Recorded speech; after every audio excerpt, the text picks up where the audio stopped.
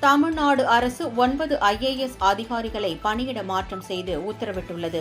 இதுகுறித்து தலைமைச் செயலாளர் முருகானந்தம் வெளியிட்டுள்ள அறிக்கையில், பிற்படுத்தப்பட்டோர், மிகவும் பிற்படுத்தப்பட்டோர் மற்றும் சிறுபான்மையினர் நலத்துறை செயலாளர் கலையரசி மிக பிற்படுத்தப்பட்டோர் மற்றும் சீர் மரபினர் நலத்துறை கமிஷனராக பணியிட மாற்றம் செய்யப்பட்டுள்ளார்.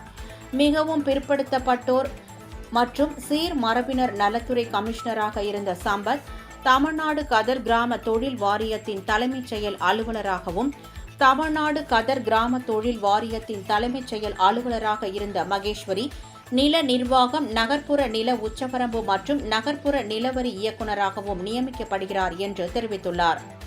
தமிழ்நாடு அரசு பணியாளர் தேர்வாணையத்தின் தேர்வு கட்டுப்பாட்டு அலுவலர் ஜான் லூயிஸ் தமிழ்நாடு நுகர்பொருள் வாணிப கழகத்தின் மேலாண்மை இயக்குநராகவும், புவியியல் மற்றும் சுரங்கத்தின் இயக்குநர் சரவண வேல்ராஜ் பிற்படுத்தப்பட்டோர், மிகவும் பிற்படுத்தப்பட்டோர் மற்றும் சிறுபான்மையினர் நலத்துறை செயலாளராகவும் பணியிட மாற்றம் செய்யப்படுகின்றனர் என்றும், உணவுப் பொருள் வழங்கல் மற்றும் நுகர்வோர் பாதுகாப்புத்துறை இயக்குநர் மோகன் புவியியல் மற்றும் சுரங்கத்தின் இயக்குநராகவும், நகராட்சி நிர்வாகத்துறை முன்னாள் இயக்குநர் சிவராசு உணவுப் பொருள் வழங்கல் மற்றும் நுகர்வோர் பாதுகாப்புத்துறை இயக்குநராகவும் பணியிட மாற்றம் செய்யப்படுகின்றனர் என்று கூறியுள்ளார்.